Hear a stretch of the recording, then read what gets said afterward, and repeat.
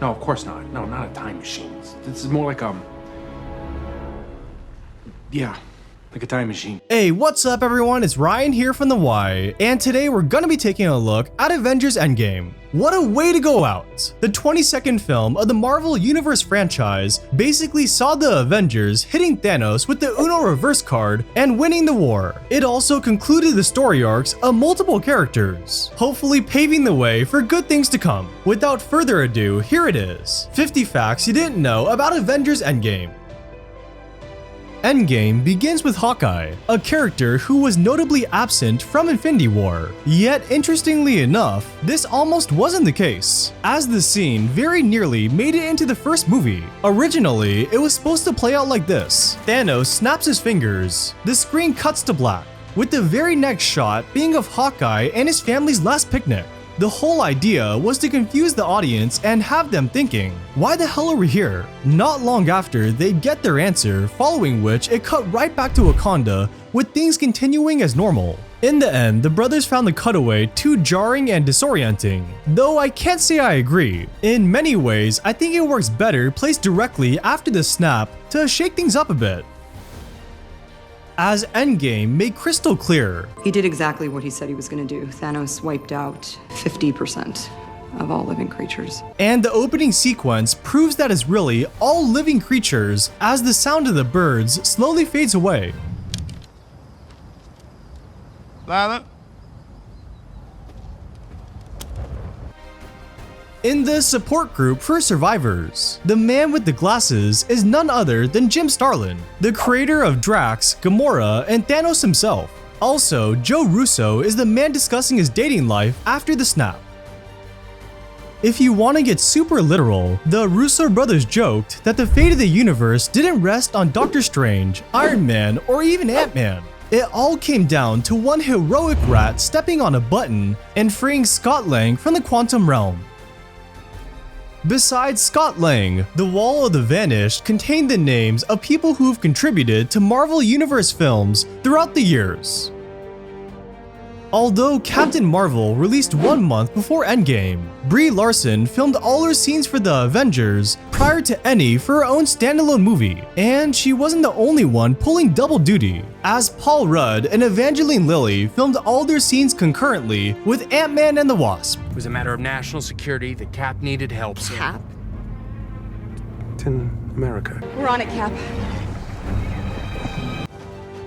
Especially in this day and age, you don't have to look far to find examples of bad CGI, so whenever you see visual effects done right, it definitely stands out a tad extra. Such is the case with Smart Hulk's glasses, cause just as you'd expect from regular old reading glasses, they littered the glossy frame with a bunch of fingerprint stains. In a moment of inspiration, Tony Stark figured out time travel. And it was all thanks to Peter Parker's whimsical nature. Take a look at Stark right before he cracks the code. What's he doing? Looking at a picture of him and Peter holding an upside down or inverted diploma. This time in the shape of a Mobius strip, inverted, please. According to Robert Downey Jr., Endgame was different in the sense that more than any other MCU film, everyone infused their characters with their own personal experiences. And this scene is perhaps the best representation of what he means. I love you 3000.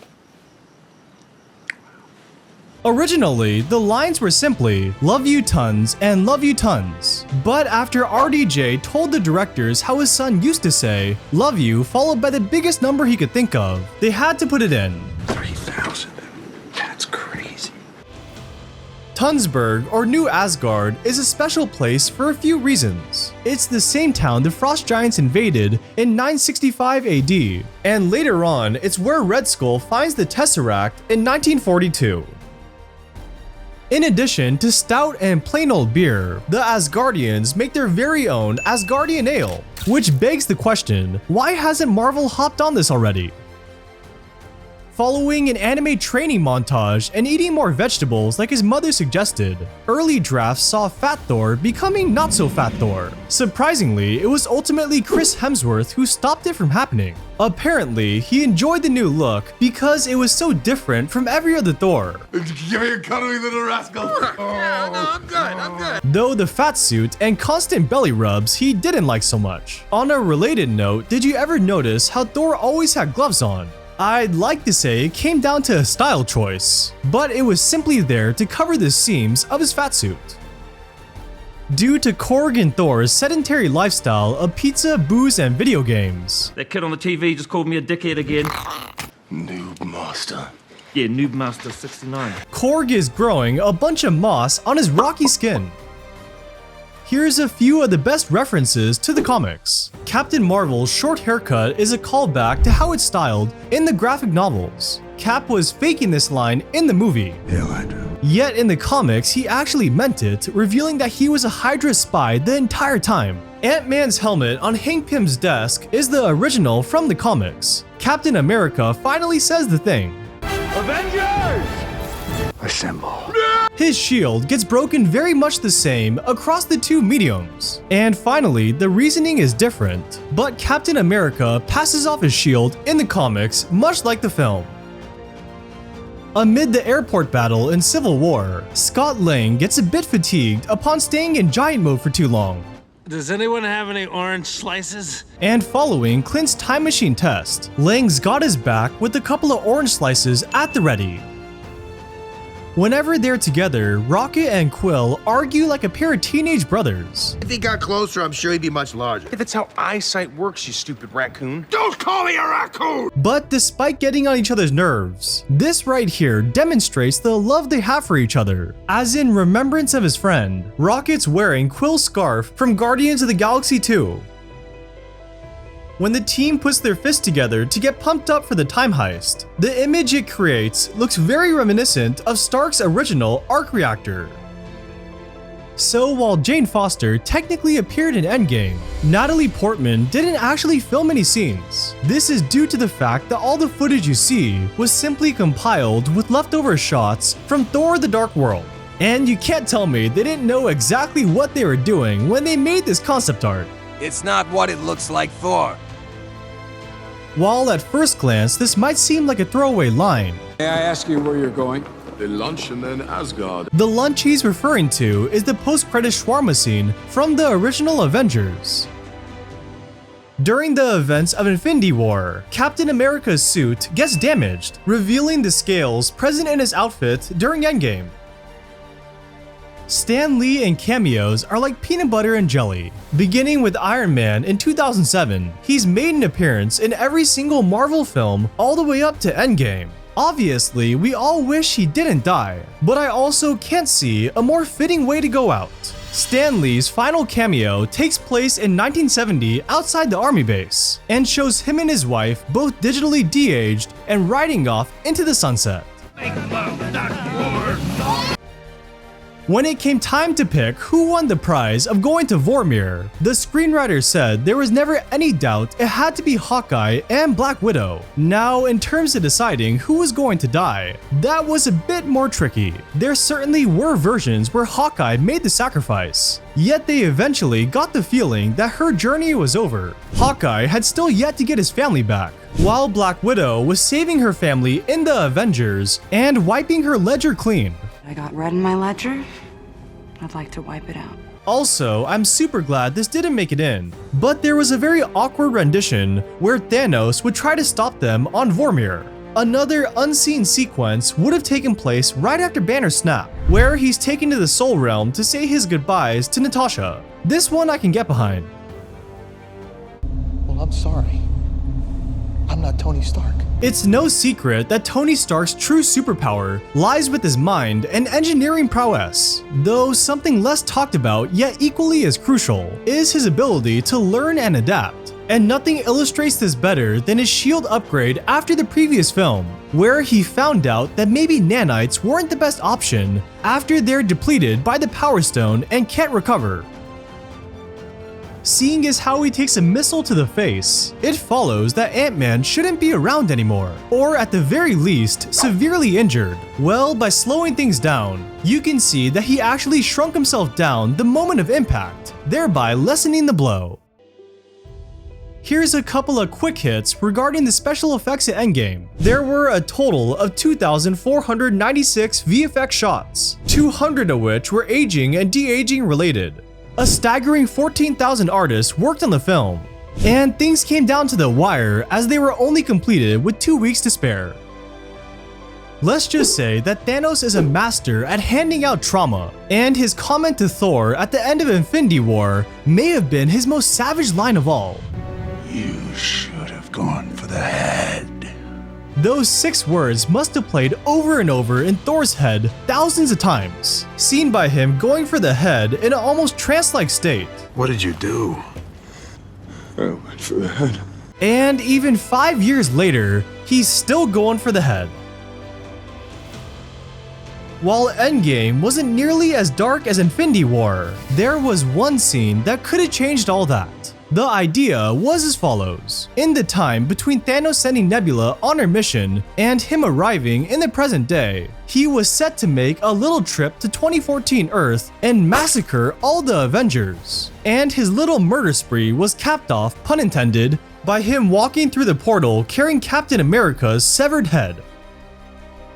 One of the most hyped moments in Endgame has to be when Mjolnir answered Captain America's call.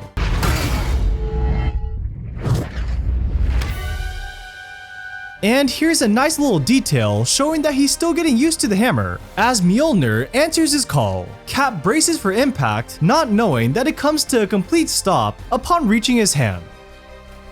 So why can Steve Rogers wield Mjolnir? It all goes back to the enchantment Odin put on the weapon. Whosoever holds this hammer, if he be worthy, shall possess the power of Thor. Although it's not that simple, as in Age of Ultron, Mjolnir budges, but Rogers can't fully lift it. I know some people say that Cap was sparing Thor's feelings and could have lifted it but chose not to. Yet I subscribe to an alternate take, notably one posted to Reddit by mduncan1182. The theory goes that Mjolnir sensed his good nature, yet stopped moving upon discovering his one true fault: his need for war. Resolving conflicts without violence is a trait that Odin holds in high esteem. You and I can end this here now, before there's further bloodshed. And is one of the major reasons he enchanted Mjolnir in the first place. You've opened these peaceful realms and innocent lives to the horror and desolation of war. For Steve Rogers, his nightmare is literally being useless following the end of war. The war's over, Steve. We can go home. And Ultron straight up says it to his face. God's righteous man, pretending you could live without a war. Though in the years between Age of Ultron and Endgame, Rogers makes drastic changes. He's no longer the guy destroying punching bags out of frustration, and is now the guy leading support groups. And in the end, he hangs up his shield and finds purpose in a life without bloodshed. And that's what makes him truly worthy. That's not a hug, I'm just grabbing the door for you. We're not there yet. Fast forward to Endgame, and there's no door in sight. Avengers Endgame is the highest grossing film of all time, coming in at $2.797 billion. Except, that's not totally accurate, and here's why. When Endgame released, it did take the #1 spot and pass Avatar. 2 years later, Avatar returned to movie theaters in China, and the extra revenue was enough to reclaim its spot at #1. So James Cameron cheated to win. Though at least he sent a couple of neat pictures congratulating Marvel on their achievement. Besides holding the title for highest grossing movie of all time, sorry Avatar, we're not counting re-releases. There were 2 more obscure records I'm sure you don't know about. #1, Endgame saw Robert Downey Jr. as Iron Man, surpassing Hugh Jackman as Wolverine for the most appearances as a superhero in film, clocking in at 10. And #2, the Endgame Wikipedia was the most viewed Wikipedia page of 2019. You can't mention time travel without also thinking of Back to the Future. Are you seriously telling me that your plan to save the universe is based on Back to the Future? And this was a subtle yet undeniable reference to Back to the Future 2. A couple more scenes that didn't make the final draft were as follows. Rocket and Wanda going on a road trip to who knows where together, and a part where Thanos strangled Captain America. I can't believe they didn't give us this one. It's the guy who always gets choked versus the guy who loves to choke everyone. It would have been perfect. In some alternate reality, this is the conclusion to Endgame and the Marvel Cinematic Universe. I am inevitable.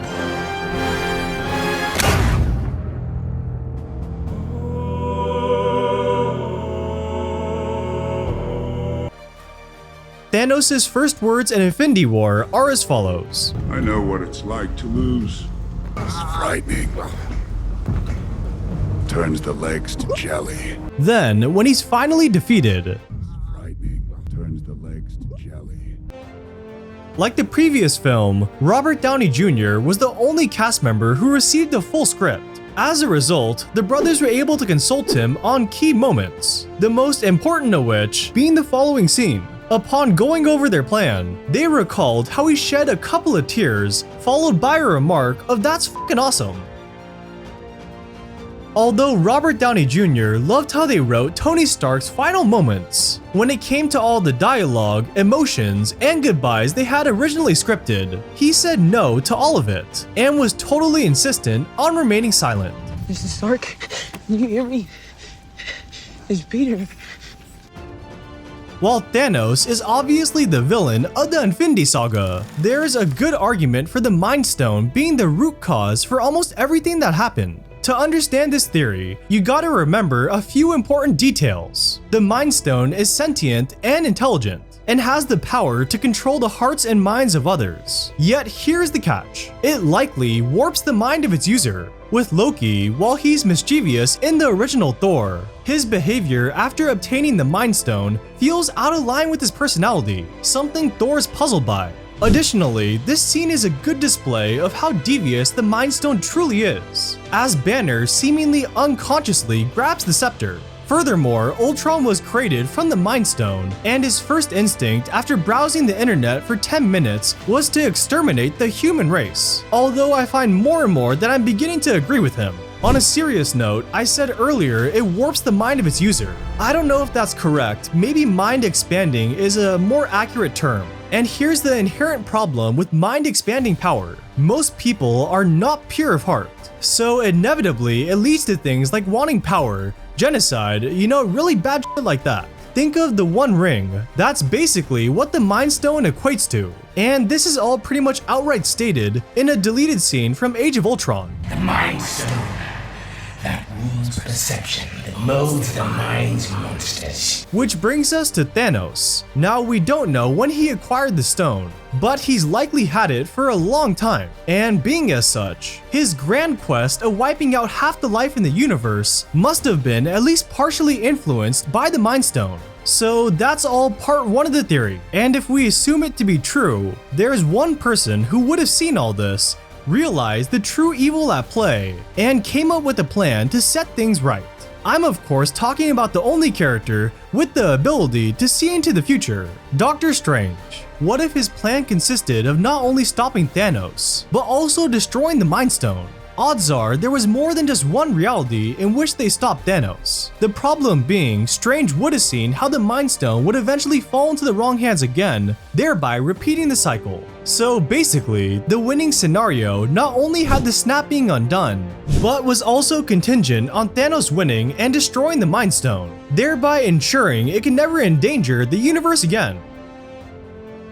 To keep one of the most pivotal scenes under wraps, the entire cast was told that the funeral was actually a wedding. During the funeral, Mantis is shown rocking back and forth for seemingly no apparent reason. However, there is in fact a good explanation, as swaying is a common characteristic of a praying mantis. Also in the same shot, Drax is wearing a shirt, a big surprise considering his sensitive nipples. I have sensitive nipples. My nipples! Out of all the people at Stark's funeral, there was one person I was like, who the hell is that? Remember back to Iron Man 3 and the little kid who followed Stark around and helped him out. Yep, that's Harley Keener all grown up. So it's cool and all to see him there, and I almost get the feeling we'll be seeing him again. Maybe as Iron Lad connected to Kang, who knows, but it's a definite possibility. Not sure how many of you caught this, but there was one person who knew Cap wasn't coming back. Gonna miss you, buddy. Going through all the deleted scenes, these are the ones I feel we missed out on. First up, Rhodey was making a little too much sense for their liking. Yeah, I've been meaning to ask, why did you have to crash the plane anyway? His mom's on board. And you couldn't have jumped out of the plane before you crashed it? Then there's Rocket making fun of the Avengers for taking 3 hours to deal with the Chitauri when they could have just blown up their mothership. We didn't know that was a thing. You didn't know that was a thing! Everyone knows! Hey! I actually think this was a bit of overkill since we already got the funeral. In the same breath, it's kinda sad we didn't get Tony seeing Morgan all grown up. And finally, here's Thor misinterpreting Valkyrie's intentions. What are you doing? It was a squeeze. Yeah, it was like a good luck squeeze. Early in development, the brothers considered making Captain America the Soul Stone. I'm not sure exactly what that means, though I assume he'd have to sacrifice himself in place of Tony Stark. And while we're talking about the Soul Stone, I wonder how Cap's reunion with Red Skull went. When Peter Parker returns to school, in the background is a certain scroll we become very familiar with, Talos, and the end credits of Far From Home finally revealed just what he was doing there. Like I said in my previous video, the concept art for Marvel films is always top tier. The following's an alternate take on the Avengers attacking Thanos. Looks like they caught him meditating and with the gauntlet still intact. This one's called the Fastball Special, depicting Spider-Man about to be thrown by the Hulk, who's about to be thrown by Ant-Man. Who doesn't love giant ants? The Hulk finally gets a good shot in on Thanos. I don't know how feasible this is right in the middle of battle. And lastly, this is a shot of Nebula's past self attempting to prove her worth to Thanos by using the gauntlet. The only problem being she's not strong enough and it kills her, which honestly sounds way better than the scene we got. You won't let me. Back in 1991, Star Trek VI: The Undiscovered Country commemorated the end of a franchise 25 years in the making, with the signatures of each of the main cast members as one final send-off. 28 years later, with Endgame being the end of the current iteration of the Avengers 11 years in the making, they took after Star Trek and had everyone sign as well. In one last send-off for Tony Stark, the end credits play the sound of him building the first Iron Man suit.